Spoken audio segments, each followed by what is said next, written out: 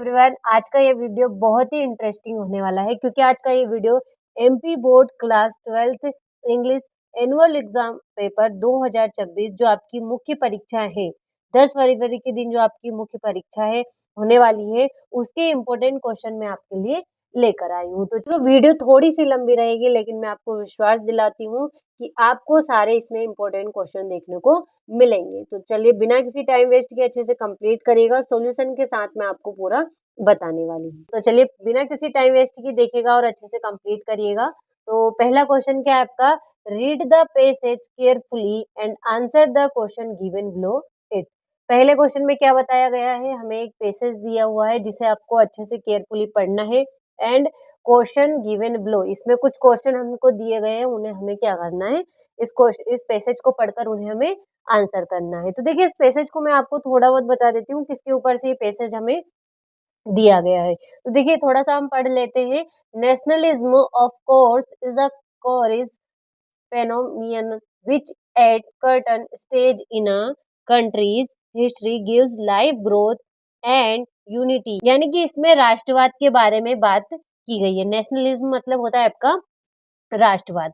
जो राष्ट्रवाद है वो निसंदेह एक विचित्र घटना है जो किसी देश के इतिहास का एक निश्चित चरण है।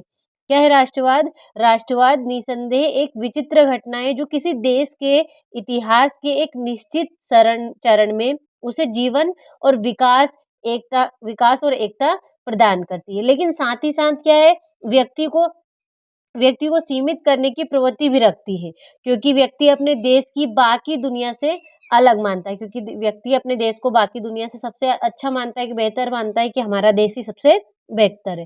व्यक्ति का दृष्टिकोण बदल जाता है और लगातार अपने संघर्षों और गुणों, असफलताओं के बारे में सोचता रहता है। अन्य विचारों का दरकिनार करते हुए इसका परिणाम यह होता है कि वही राष्ट्रवाद जो किसी राष्ट्र के विकास का प्रतीक होता है, मन में उस विकास के रुकने का प्रतीक बन जाता है। राष्ट्रवाद जब सफल हो जाता है, इस तरीके से इसमें राष्ट्रवाद के बारे में बात की गई है कि किस तरीके से राष्ट्रवाद होता है। तो चलिए इसके क्वेश्चनों को देख लेते हैं, किस तरीके से हमसे क्वेश्चन जो है पूछे गए हैं। देखिए इस तरीके से पहला क्वेश्चन क्या आपका, nationalism is a symbol of, यानी कि जो राष्ट्रवाद है वो किसका प्रतीक है? राष्ट्रवाद किसका प्रतीक है? तो पहला ऑप्शन क्या आपका, प्राइड है, दूसरा है हम्बलनेस, तीसरा है आपका ग्रोथ है और चौथा है आपका कल्चर है। तो इसका क्या हो जाएगा आपका, तो इसका राइट आंसर रहेगा आपका ग्रोथ, सी वाला, यानी विकास का प्रतीक है। राष्ट्रवाद किसका प्रतीक है? विकास का प्रतीक है। अगला आपका, culture is essential good but become, यानी कि संस्कृति मूलतः अच्छी है लेकिन क्या बन जाती है? तो इसका होगा आपका डायनेमिक, स्टैटिक, वोर्स या फिर रोटन। तो इसका हो जाएगा आपका बी वाला, स्टैटिक, यानी कि स्थिर बन जाती है। संस्कृति क्या बन जाती है? स्थिर बन जाती है।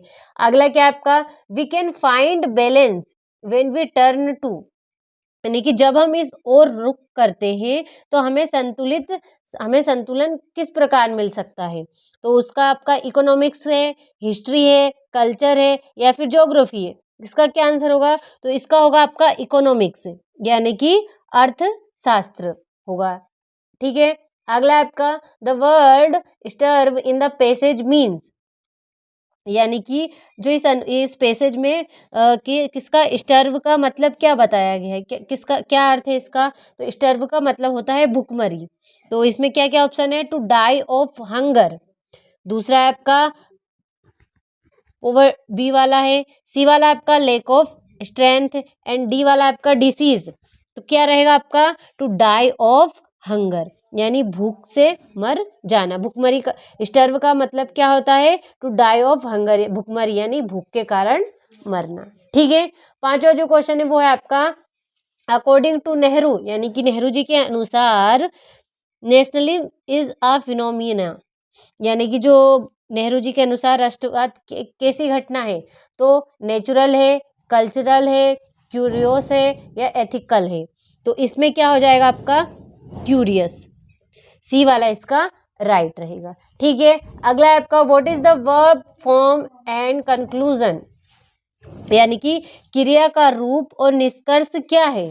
तो क्या होगा इसमें? तो इसमें हो जाएगा आपका कंक्लूड, बी वाला इसका राइट रहेगा, यानी कि निष्कर्ष, बी वाला राइट रहेगा। अगला आपका it is very to talk of culture when, यानी कि संस्कृति की बात कब करना गलत है, तो कब करना गलत है, तो इसमें ऑप्शन दिया हुआ है आपका human being star and due, यानी कि मनुष्य तारा और देय। अगला है आपका the burden is not equally shared, यानी कि बोझ समान रूप से साझा नहीं किया गया है। तो इसका आंसर क्या होगा आपका, तो ह्यूमन बीइंग स्टर्व, तो इसका हो जाएगा आपका ये वाला ए वाला, human human beings star and due, A वाला इसका राइट रहेगा। ठीक है, आगे बढ़ते हैं। तो अगला प्रश्न क्या है हमारा, आगे है आपका the noun form of tolerate, tolerate का आपको नाउन फॉर्म बताना है, तो क्या हो जाएगा इसका टॉलरेंस, ए वाला इसका राइट रहेगा। अगला आपका give one word for to allow और accept something that you don't like to agree with, तो इसमें हो जाएगा आपका, तो इसका हो जाएगा आपका टॉलरेट, ए वाला इसका राइट रहेगा। अगला आपका give the opposite of equality, तो इसका हो जाएगा आपका इक्वेलिटी, सी वाला इसका राइट रहेगा। तो देखिए इस तरीके से जो पहला क्वेश्चन है वो हमने अच्छे से कंप्लीट कर लिया है। इंपॉर्टेंट क्वेश्चन ये आप सभी के लिए होने वाले हैं, बहुत ही मदद करने वाले हैं आपके वार्षिक परीक्षा की तैयारी के लिए। तो चलिए अगले प्रश्न की ओर बढ़ते हैं। देखिए दूसरे क्वेश्चन में क्या पूछा गया हमसे, read the following passage and make notes on it and also give a suitable title to it.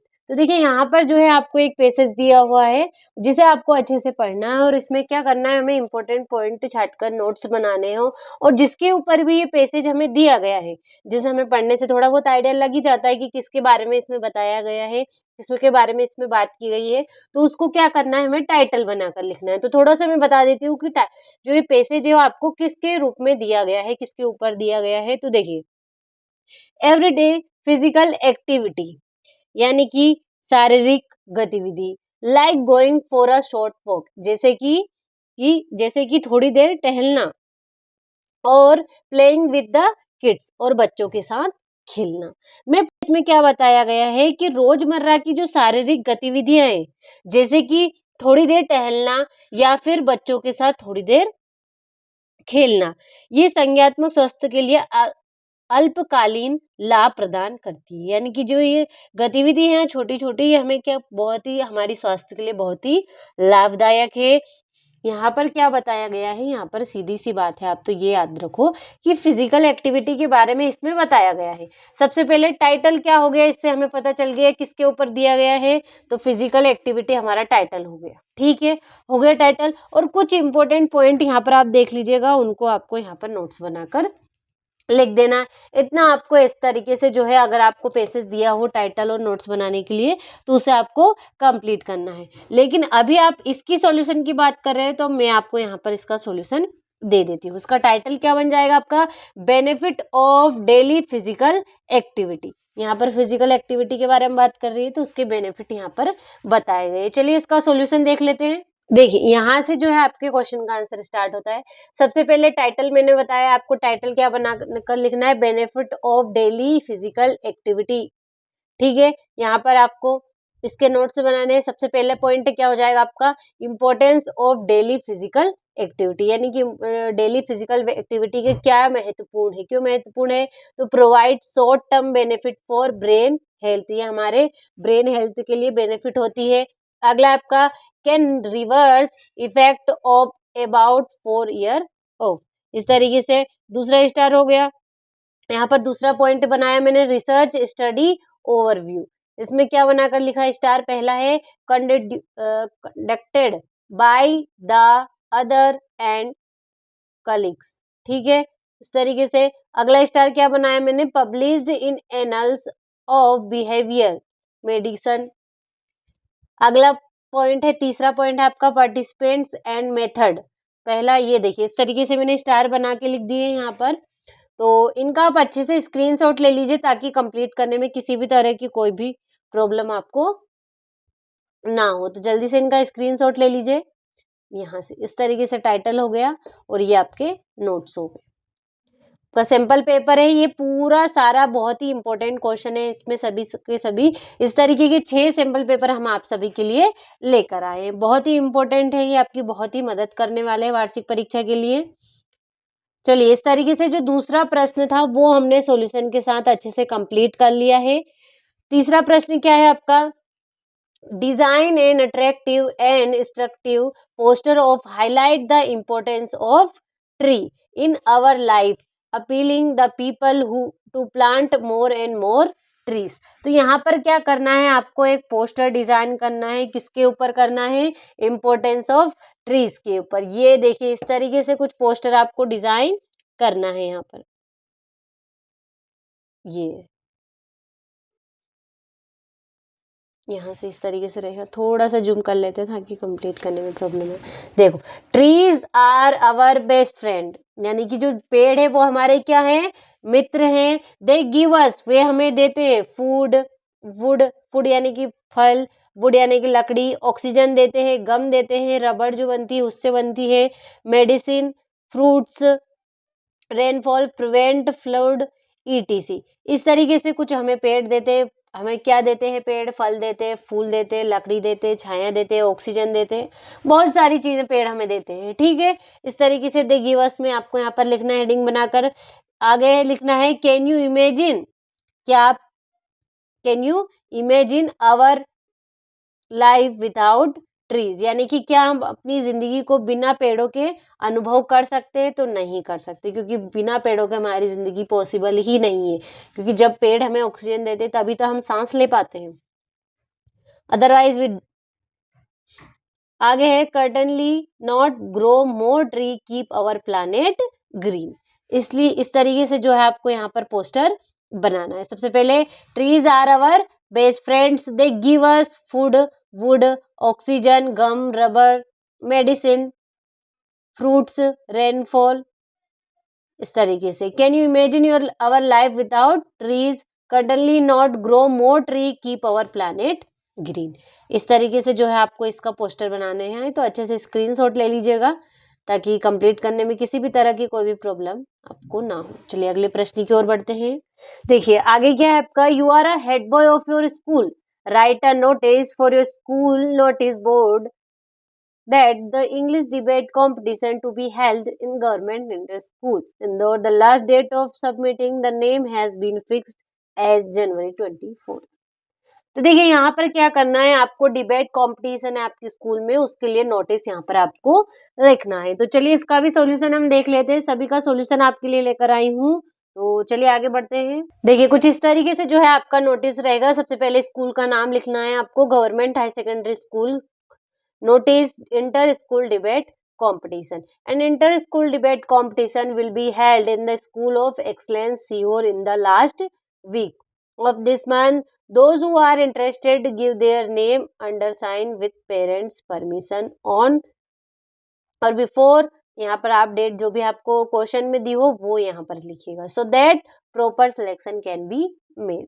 यहाँ पर जो सीनियर है स्कूल के, जो जिन्होंने भी नोटिस लिखा है उनका नाम लिखना है। क्वेश्चन में दिया हो तो उनका नाम लिख सकते हैं, या फिर आप अपना नाम यहाँ पर लिख सकते हैं, सीनियर स्कूल टीचर। यहाँ पर इस तरीके से जो है आपको यहाँ पर नोटिस लिखना है। तो अच्छे से स्क्रीनशॉट ले लीजिए इसका आप, ताकि कंप्लीट करने में कोई भी प्रॉब्लम आपको ना हो। अगले प्रश्न की ओर बढ़ते हैं। तो देखिए अगले क्वेश्चन में क्या पूछा गया हमसे, write a letter to collector of your district about the lack of facility and मन functioning of the government hospital of your area. यहाँ पर आपको मन फंक्शनिंग के लिए क्या लिखना है, एक एप्लीकेशन लिखना है। किसको लिखना है? कलेक्टर को लिखना है अपने डिस्ट्रिक्ट के। तो चलिए देख लेते हैं इसका भी। और इसी के अथवा में क्या दिया हुआ हमें, write a letter to your friend inviting him to attend the marriage ceremony of your sister. यहाँ पर आपको अपने फ्रेंड को इन्वाइट करना है अपनी बहन की शादी में। तो चलिए दोनों क्वेश्चनों का आंसर साथ में देख लेते हैं। तो देखिए इस तरीके से कुछ लिखना है आपको। सबसे पहले एड्रेस लिखना है, देन हम किसको यहाँ पर लिख रहे हैं लेटर, तो डिस्ट्रिक्ट कलेक्टर को एप्लीकेशन लिखना है। तो देखिए द डिस्ट्रिक्ट कलेक्टर इंदौर, यहाँ पर डेट लिख दीजिएगा आप। सब्जेक्ट जिसके ऊपर भी एप्लीकेशन लिख रहे हैं उसे हमें सब्जेक्ट बनाकर लिखना है। तो यहाँ पर किसके लिए लिख रहे हैं, मन फंक्शनिंग के लिए ऑफ द गवर्नमेंट हॉस्पिटल, यानी कि जो गवर्नमेंट हॉस्पिटल की व्यवस्था के लिए लिख रहे हैं, अव्यवस्था के लिए। तो देखिए sir, I would like to draw your attention to the lack of facilities and मन functioning of the government hospital Indore. यानी कि सविनय निवेदन है कि मैं आपका ध्यान इंदौर के शासकीय अस्पताल में सुधारों की कमी तथा उसकी अव्यवस्था की ओर आकर्षित करना चाहती हूँ। And request you to take necessary action so that people may get proper medical facility। यानी कि मैं आपसे निवेदन करती हूँ कि आवश्यक कार्यवाही जल्द ही करें ताकि आम जनता को उचित चिकित्सा सुविधा प्राप्त हो सके। There are only 2 doctors and 3 nurses in the hospital and they are also not available on the hospital. अस्पताल में केवल 2 डॉक्टर और 3 नर्सें हैं और वे भी समय पर उपलब्ध नहीं रहती हैं। तो देखिए यहाँ से there is no facility for sonography, यानी कि यहाँ पर कोई सोनोग्राफी के लिए भी कोई भी सुविधा उपलब्ध नहीं है। ठीक है, यहाँ पर I shall be greatly oblige if you look into the matter soon. यदि आप इस विषय पर शीघ्र ध्यान दें तो मैं आपकी अत्यंत आभारी रहूंगी। Thanking you. इस तरीके से योर सिंसियरली नाम यहाँ पर आपको लिख देना है। इस तरीके से जो है आपको लेटर या फिर एप्लीकेशन बोल सकते हैं, वो आपको यहाँ पर लिख देना है। बहुत ही अच्छे से सॉल्यूशन आंसर के सरल भाषा में मैंने देने की कोशिश की है। सबसे पहले आपको एड्रेस लिखना है, then the district collector Indore, date लिख देनी है, सब्जेक्ट लिखना है non functioning of the government hospital. Sir, I would like to draw your attention to the lack of facility and मन functioning of the government hospital Indore and request you to take necessary action so that people may get proper medical facilities. There are only 2 doctors and 3 nurses in the hospital. They are also not available on time. There is no facility for sonography. I shall be greatly obliged if you took look into the matter soon. कुछ इस तरीके से जो है आपको यहाँ पर लिख देना है। अच्छे से स्क्रीनशॉट ले लीजिएगा। चलिए अगले प्रश्न की ओर बढ़ते हैं। देखिए अगला क्वेश्चन क्या है आपका, write a letter to your friend inviting him to attend the marriage ceremony of your sister. यहाँ पर आपको अपनी बहन की शादी में अपने फ्रेंड को इनवाइट करना है। तो चलिए इसको लेटर भी देख लेते हैं अच्छे से और कंप्लीट कर लेते हैं। देखिए यहाँ से कुछ इस तरीके से आपका लेटर होने वाला है। सबसे पहले क्या लिखना है आपको, लेटर लिखते समय विशेष ध्यान रखना है। सबसे पहले क्या आएगा आपका, एड्रेस आएगा। तो एड्रेस लिख देना है, देन आपको डेट लिखनी है। फिर तीसरे नंबर पे क्या लिखना है, जिसको भी हम लेटर यहाँ पर लिख रहे हैं उसका यहाँ पर नाम आप लिख सकते हैं डियर के बाद। डियर मोहित, यहाँ पर हम मोहित को लिख रहे हैं। I hope you are well and fine there. मैं आशा करता हूं कि तुम वहां पर स्वस्थ हो गए। You will be glad to know, तुम्हें जानकर खुशी होगी, दैट कि माई एल्डर, यहाँ पर ब्रदर ले रहे हैं, my elder brother is going to be married next week on this date. यानी कि जो मेरा बड़ा भाई है वो अगले हफ्ते इस तारीख को शादी करने जा रहा है। Father would come to give an invitation card to your family. यानी कि मेरे जो पिताजी हैं वो तुम्हारे जो परिवार को इनविटेशन कार्ड देने आएंगे वेरी सून, जल्दी। बट लेकिन I am personally inviting you, मैं तुम्हें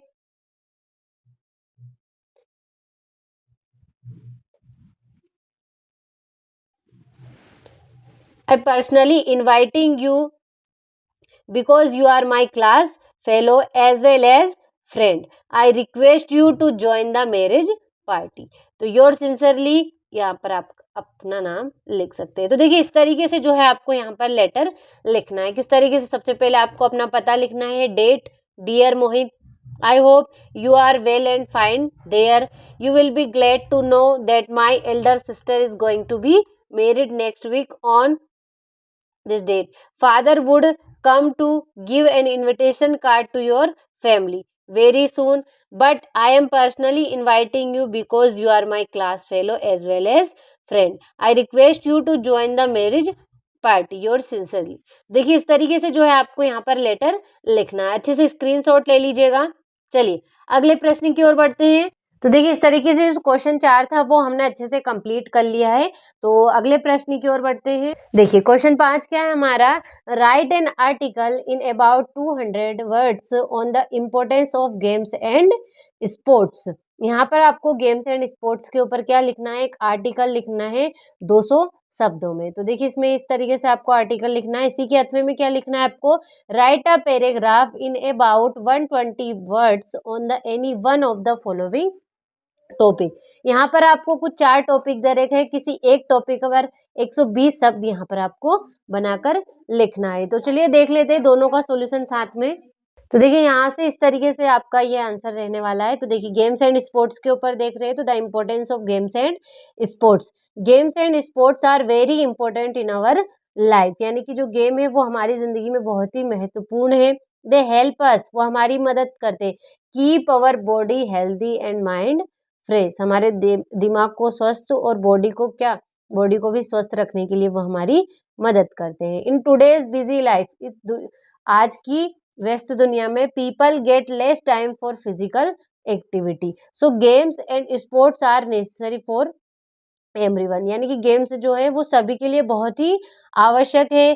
playing games make our body strong, यानी कि यदि आप गेम खेलेंगे तो जो गेम खेलना वो क्या बताता है, हमारे जो शरीर को ताकतवर बनाता है, make our body strong and active, और एक्टिव बनाता है। इट इम्प्रूव्स अवर फिटनेस, वो हमारी फिटनेस को इम्प्रूव करता है। इंक्रीज एनर्जी, एनर्जी को बढ़ाता है। And keeps us free from many disease, यानी कि बहुत सी बीमारियों से हमें दूर रखता है। Sports also help to reduce stress and make us feel happy and relax. Games and sports teach us many good habits, यानी कि जो गेम है वो हमें बहुत सी अच्छी आदतें भी सिखाता है। They develop discipline, team work and sense of responsibility, वो क्या करता है, डेवलप हमारे अंदर डिसिप्लिन डेवलप करता है, अनुशासन, टीम वर्क और जो हमारे रिस्पॉन्सिबिलिटी है उसको। They also teach us to follow rules and accept success and failure with a positive attitude. They also teach, यानी कि वो हमें ये भी सिखाता है फॉलो रूल्स, यानी कि रूल्स को फॉलो करना, और एक्सेप्ट सक्सेस, सक्सेस को स्वीकार करना, और फेलियर को विथ अ पॉजिटिव एटीट्यूड, यानी कि पॉजिटिव वे में फेलियर को भी एक्सेप्ट किस तरीके से किया जाता है, ये हमें क्या कौन सिखाता है, गेम्स सिखाते हैं। These qualities helps us in our daily life. Games and sports also help us to make friends and learn to work together. Student who play games regularly are more confident and active in studies. देखिए जो students games खेलते हैं वो ज़्यादा confident रहते हैं बाकी के मुताबिक, वो ज़्यादा एक्टिव रहते हैं पढ़ाई में भी।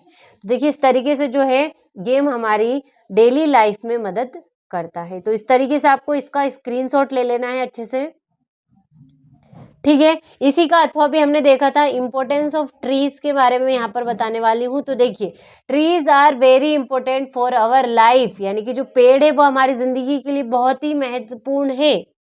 Life on earth is not possible without tree, पृथ्वी पर जीवन संभव नहीं है पेड़ों के बिना, ठीक है, नहीं संभव है। ट्री गिव्स अस, यानी कि पेड़ हमें देते हैं ऑक्सीजन टू ब्रीथ, सांस लेने के लिए oxygen, and keep the air clean, और जो हवा को साफ करते रहते हैं। They absorb carbon dioxide, way carbon dioxide को ऑब्जर्व करते हैं। एंड रिड्यूस एयर पोल्यूशन, और जो एयर पोल्यूशन है उसे कम करते हैं। Trees provide us with fruit, flowers, wood, medicine and shade. जो ट्रीज है वो हमें क्या क्या प्रोवाइड करते हैं, हमें फल प्रदान करते हैं, फूल प्रदान करते हैं, लकड़ी, दवाइयाँ और छाया, शेड मीन्स छाया, ये सब कुछ हमें पेड़ देते हैं। They help in bringing rain and keep the environment cool. Trees prevent soil erosion and help in saving water. They are also home to bird and animals, यानी कि वे क्या है, घर है किसका, चिड़ियों का और जानवरों का। Trees reduce pollution and help control global warming. They maintain the balance of nature and make our surrounding green and beautiful. Tree also give piece of our mind, यानी कि जो पेड़ है वो हमारे मन को क्या देते हैं, दिमाग को शांति भी प्रदान करते हैं। Therefore, we should protect trees and plant more and more tree for a safe and healthy future. Save tree, save life. तो देखिए इस तरीके से जो है आपको ट्री के ऊपर जो है पैराग्राफ लिखना है। तो इसका स्क्रीनशॉट ले लीजिए और इन सभी की पीडीएफ अगर आपको चाहिए वार्षिक पेपर में अच्छे से अच्छे अंक प्राप्त करने हैं तो हम वार्षिक पेपर की तैयारी करा रहे हैं हमारे ऐप पर। एनसीईआरटी कोचिंग नाम है, प्ले स्टोर पर अवेलेबल है, आपको वहां पर सारे मॉडल पेपर सॉल्यूशन के साथ दिए जा रहे हैं। तो अगर आपको पेपर में अच्छे से अच्छे अंकों से पास होना है तो अभी डाउनलोड कर लीजिएगा आप एनसीईआरटी कोचिंग। वहां पर पीडीएफ भी दे रहे हैं हम, बहुत ही मिनिमम सा प्राइस रखा हुआ है। वहां पर आपको इन मॉडल पेपर की पीडीएफ मिल जाएगी प्लस उनका सॉल्यूशन भी वहां पर मिल जाएगा। तो देखिए इस तरीके से इनको अच्छे से कंप्लीट कर लीजिएगा। चलिए अगले क्वेश्चन की ओर बढ़ते हैं। देखिए छठा क्वेश्चन यहाँ से स्टार्ट होता है। तो छठे क्वेश्चन में क्या पूछा गया हमसे, फिल इन द ब्लैंक्स। तो फिल इन द ब्लैंक्स दिए हुए हैं। तो पहला क्वेश्चन क्या है आपका, I dot dot sing better when I was young. तो इसमें क्या आने वाला है, तो देखते हैं इसका आंसर क्या होगा। तो देखिए पहला क्या है आपका, I dot dot sing better when I was young. तो इसमें क्या आ जाएगा आपका, कुड आ जाएगा इसमें, यानी कि आई कुड सिंग बेटर, यानी कि मैं बचपन में आई आई कुड सिंग बेटर, मैं अच्छा गा सकती थी, व्हेन आई वाज यंग, जब मैं छोटी थी। तो जब मैं अच्छा गा सकती थी जब मैं छोटी थी, इस तरीके से हो जाएगा। अगला आपका, ही prefers coffee dot dot T. तो इसमें क्या आएगा आपका, तो इसमें आ जाएगा आपका, तो इसमें आ जाएगा two. He prefers coffee to tea, यानी कि वह चाय की तुलना में कॉफी को अधिक पसंद करता है, यानी कि अधिक लेना पसंद करता है। अगला आपका, they have hardly dot dot knowledge of English. तो इसमें क्या आ जाएगा, एनी आ जाएगा। They have hardly any knowledge of English, यानी कि उन्हें अंग्रेजी का बहुत ही कम ज्ञान है। अगला आपका, in dot dot anything since morning. तो इसमें आ जाएगा आपका, हैवेंट इटन। आई haven't eaten anything since morning, यानी कि सुबह से मैंने कुछ भी नहीं खाया है। I haven't eaten anything since morning, इस तरीके से हो जाएगा। अगला आपका, where is the dot dot book that I gave you yesterday. तो where is the book that I gave you yesterday, यानी कि वह किताब कहाँ है जो मैंने तुम्हें कल दी थी। हो गया। अगला आपका, dot dot he worked hard he failed. तो इसमें क्या आ जाएगा आपका, थो आ जाएगा। दो he worked hard he failed, उसने कड़ी मेहनत की फिर भी वह असफल रहा, इस तरीके से हो जाएगा। ठीक है, छठा क्वेश्चन हो गया आपका, तो अच्छे से कंप्लीट कर लीजिए। सातवां क्वेश्चन क्या दिया हुआ है, डू एज डायरेक्टेड, इसमें आपको दिए हुए हैं। तो पहला क्या है आपका, he did not study well he failed. तो क्या करना है इसमें आपको, combine the pair sentence using सो। तो क्या है इसमें, उसने अच्छी तरह पढ़ाई नहीं की, वह असफल हो गया। He did not study well he failed. तो इसमें किस तरीके से आंसर इसका हो जाएगा, तो ही यूजिंग सो का इसमें आपको यूज कंबाइन करना है। तो he did not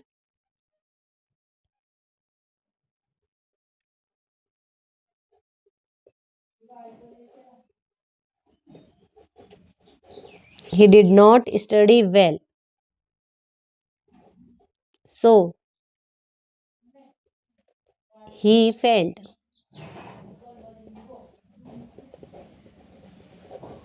he failed, उसने अच्छे से पढ़ाई नहीं की, सो इसलिए वह फेल हो गया। ठीक है, हो गया इस तरीके से। अगला आपका, a dog bite my friend change into negative, यानी कि जो क्या है, मेरे दोस्त को कुत्ते ने काट लिया, इसको नेगेटिव में चेंज करना है। तो किस तरीके से हो जाएगा, अब तो हो जाएगा आपका, a dog did not bite my friend. कुत्ते ने मेरे दोस्त को नहीं काटा है, इस तरीके से हो जाएगा, dog did not bite my friend. ठीक है, अगला है आपका, as soon as the sun rises I wake up. जैसे ही सूरज उगता है मैं सूरज उगते ही, एज सुन एज, सूरज उगते ही मैं जाग जाता हूँ। As soon as the sun rises I wake up. क्या करना है इसका, rewrite the sentence using no sooner than. तो इसमें नो सूनर देन का यूज करना है, तो किस तरीके से हो जाएगा, तो सबसे पहले हो जाएगा आपका no sooner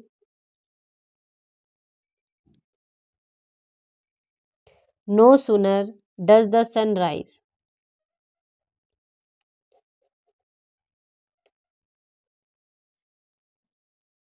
does the sun rise, then I wake up।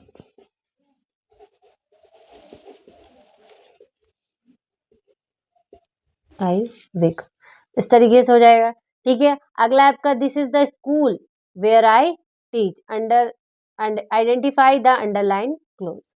This is the school, यह स्कूल है, वेयर जहां मैं पढ़ाती हूँ, आई टीच जहां मैं पढ़ाती हूँ। इसको क्या करना है आपको, अंडरलाइन क्लोज को आइडेंटिफाई करना है। तो किस तरीके से हो जाएगा, तो इसका आंसर मुझे नहीं मिल पाया, तो आप इसको कंप्लीट करना है। ठीक है, अगला क्वेश्चन क्या है आपका, I am sure of it, he will come today, combine the pair of sentence into a complex sentence having a noun close. तो इसमें देखिए इस तरीके से किस क्या हो जाएगा इसका सॉल्यूशन, तो I am sure of it में मुझे पूरा यकीन है, ही विल कम टुडे वह आज ही वह आज आएगा। ठीक है, इस तरीके से तो कैसा हो जाएगा इसका आंसर, तो आई एम श्योर मुझे यकीन है, दैट कि ही विल कम टुडे,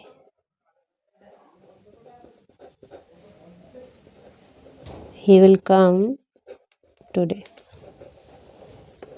मुझे यकीन है कि that he will come today वह आज आएगा। ठीक है, हो गया इस तरीके से। अगला आपका they were too slow to win the race, write the sentence using so that. तो क्या है आपका, ये वे दौड़ जीतने के लिए बहुत धीमे थे। ठीक है, तो इसमें सो दैट का आपको यूज करना है, किस तरीके से हो जाएगा, तो इसका हो जाएगा आपका देवर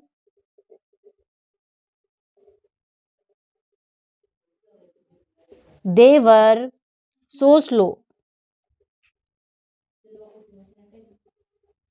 दैट they could not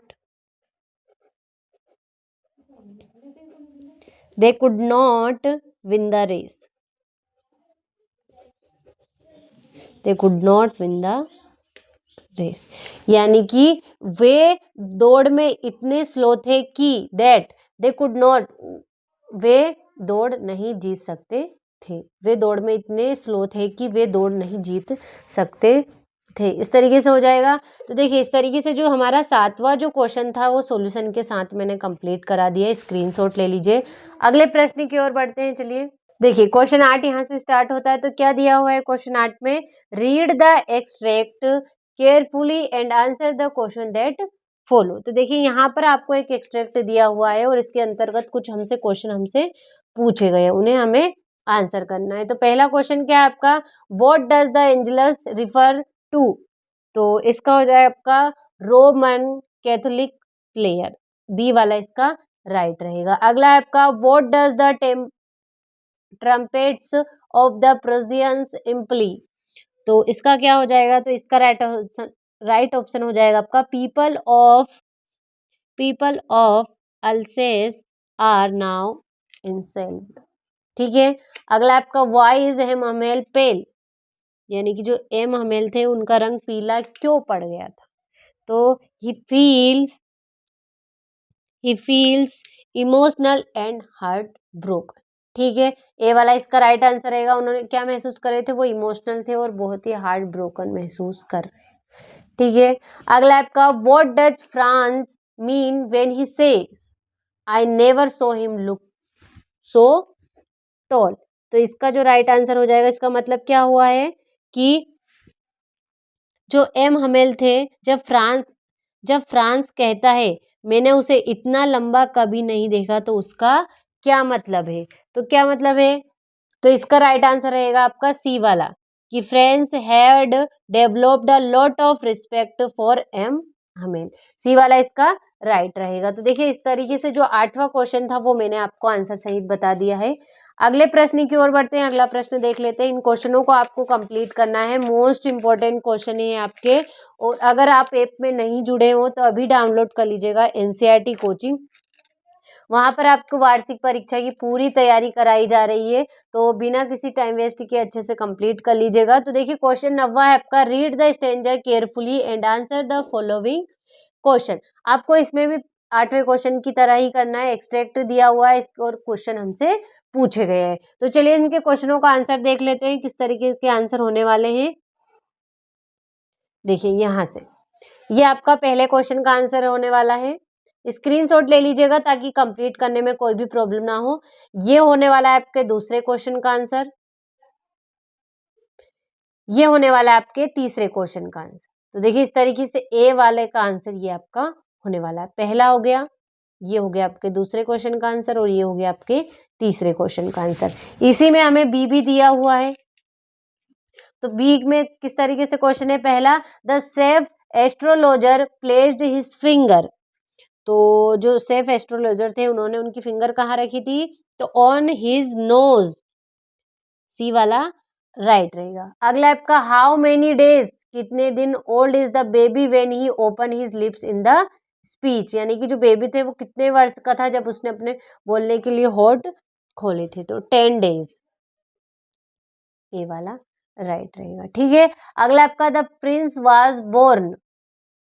तो जो प्रिंस का जन्म कहाँ हुआ था? तो in the hour of the bull.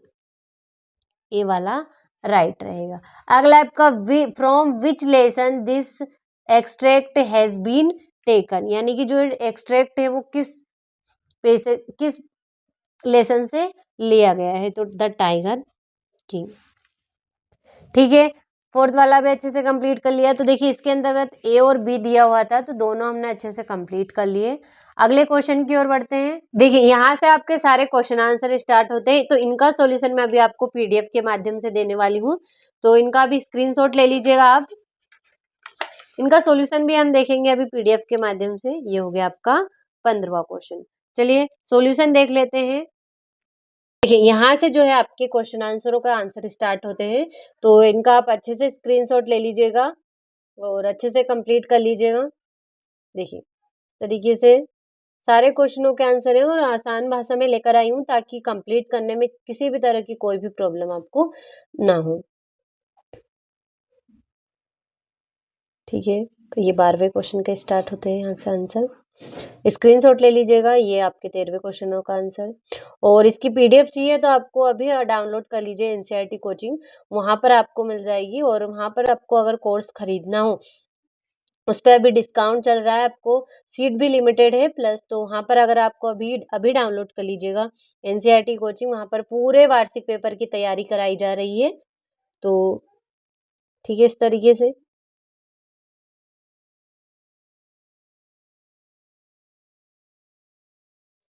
तो देखिए इस तरीके से यहाँ से हो गया आपका, ये सारे क्वेश्चनों का आंसर हो चुका है।